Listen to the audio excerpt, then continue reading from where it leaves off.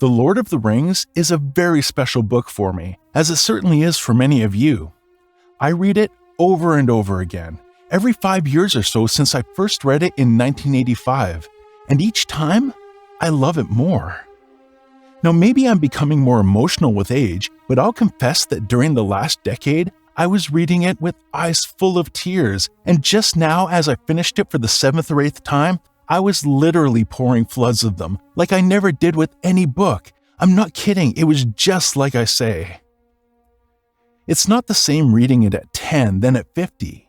Back then, I was only interested in its heroic fantasy features, epic battles, magic, fantastic creatures, and so on. I didn't understand the real nature of Tolkien's work. I could have read any other epic fantasy story and would have been satisfied. Now, it's the opposite. I'm no longer interested in these aspects, but in the other more subtle features of the book. Subtle, but incredibly strong, that really make it a masterpiece. Back then, I saw the leaves, flower, and fruit, but now I see the full tree with its many branches, its mighty trunk, its giant roots extending under the earth, and the substance the whole thing grows upon. Yes, now I fully grasp its secret and can explain to you why I believe it's so amazingly good. It's because it reads like a true story. Even though the world and characters are fictional, the fiction is so masterfully woven that it reads just like something that really happened in a parallel universe. It's not so difficult to write a touching story or just a beautiful one, and even less difficult to write a fantastic one. But to make it all at once isn't easy. The Lord of the Rings is not only a beautiful, fantastic story, but one deeply moving because you're deeply part of it. Just like you would understand a story set in our world as something you're familiar with and would be moved by its characters because they feel authentic, you're just as moved by characters from Tolkien's fantasy world because it feels so real.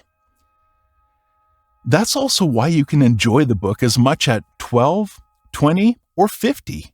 You'll find something appealing to every age. Children will find its fantasy world feels like real.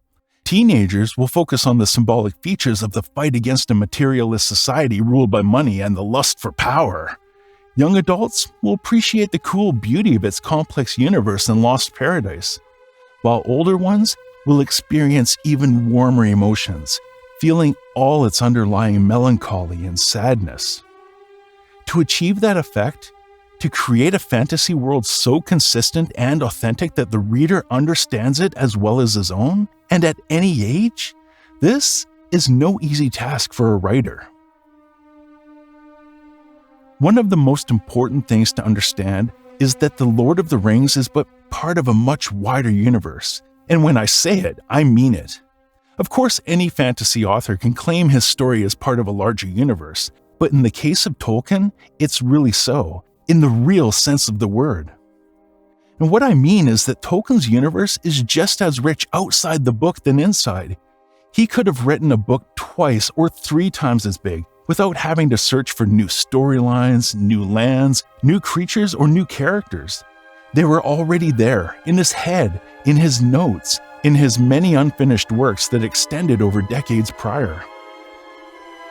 When Tolkien wrote The Hobbit in 1937 and then began writing The Lord of the Rings a couple of years later, he had already been setting up the stage for over 20 years. I'm not sure many other authors can say the same about their books. That's because Tolkien wasn't intentionally setting the stage for a story. He was first interested in creating the stage alone. Only many years later did he come to writing a large-scale story that took place in it, something that he didn't necessarily intend to do at first. That's why The Lord of the Rings is just a window into Tolkien's universe, and that's why it's so amazing. The world was not created in purpose for the book, like it's usually the case with fantasy authors, but quite the opposite. The book was written to give a glimpse of the world. Tolkien created an extremely rich mythology, comparable in density to any ancient culture that we know. And what's even more important and complex, he created languages. Some of them full-scale ones, with the grammar, vocabulary, alphabet, script, and so on for the different races in his world. Men, Dwarves, hobbits, ents, orcs, and most of all, elves, had not one but several languages or dialects. The Elvish language family alone had over 15 different ones. Not all of these were complete, of course, but they had at least solid bases on which to build or imagine the rest. Of all the languages Tolkien created, 2 have enough words and grammar to be considered fully functional: the Quenya and the Sindarin used by the elves. That's quickly said, but just imagine the meaning of this. 2 entire languages where you can tell or write absolutely anything, just like in any real language. Needless to say, Tolkien was a master of actual languages as well. He knew 35 different tongues, both ancient and modern, everything from Old Norse to Lithuanian. He taught himself Finnish for fun, when Finnish is considered one of the most difficult languages in the world. If Tolkien had gotten his way, the books wouldn't have been in English at all. "I should have preferred to write in Elvish," he once said. When he had invented so many languages, the author thought about speakers for them, characters set in the mythological world he created in parallel. He began writing poems and stories, and as his work extended over years, he called this collection the Book of Lost Tales. And then he worked on the Silmarillion, a more consistent story to sketch up this mythology in a structured and orderly manner. But since it was written in the same style as any other mythology, it resembled more a scholastic encyclopedia than a literary novel.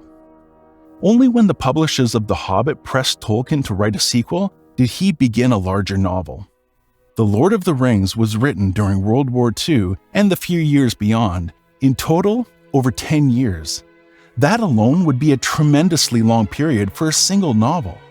But we must remember that it could not have happened at all without the 20 years that preceded, when the author set the stage for the story without knowing it yet, by creating the mythology and languages that became the pillars upon which the Lord of the Rings could stand.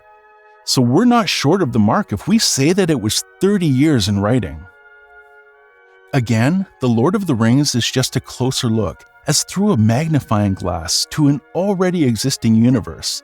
That's paramount to understand. As a result, it's full of references to its own world's history and languages. It's a ballad where each tree, each stone has its own story and meaning. It's prose, but it's also full of verses. There's approximately one poem or song every 10 pages or so, which all told represents such a considerable amount that we could almost make a small book out of just them. And most important of all, each single page among the thousands in the book contains at least one or several references to some Elvish or other language in Tolkien's mythology. I think that last aspect has been largely overlooked. It's really something special to find that in a book, knowing that these real languages didn't come from our own ancient history, but from the author's mind, and that they're not part of the story, but rather the story is part of them. I don't think we praise enough this unique specificity and don't understand its real value and full scope.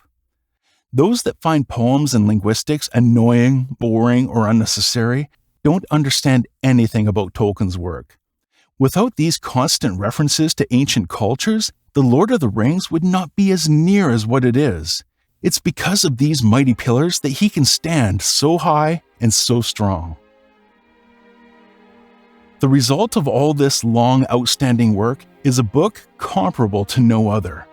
Rightly, The Lord of the Rings was praised by millions of readers and critics not only as the ultimate fantasy novel, but also the most important literary work of the 20th century.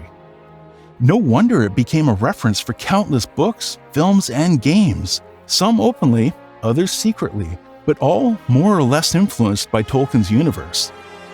But all those who tried to copy The Lord of the Rings found that it takes more than detailed depictions to create a consistent world. I'm amazed that a widespread idea among people who have only heard of Tolkien's books is that they are full of endless depictions of places and characters. That's not the case. At least, that's a distortion of the words. In reality, Tolkien's pages are full of references to places and characters, but their individual depiction is absolutely not endless, and on the contrary, very brief, often frustratingly short. The author only suggests this or that feature, And as the reader progresses, he understands why the author does so. Tolkien doesn't need to detail each piece of the puzzle, because in the end, the reader will get a clear, full picture. Not because each piece is very precise, but because they fit so well together in the larger canvas. That's the difference with authors who desperately try to craft a large picture out of very detailed pieces that don't quite fit together. They just don't get it. Tolkien's puzzle is darker at first glance, and its pieces may seem vague, but it eventually puts together into something real. The strength of Tolkien's work is that this awesome puzzle put together reaches far beyond the sole fantasy audience. It also touches larger concepts such as lost paradise or true friendship, and more actual ones such as evil in society. And above all, its deep melancholy, sadness, and nostalgia make it so dear to you that you can't help but cry.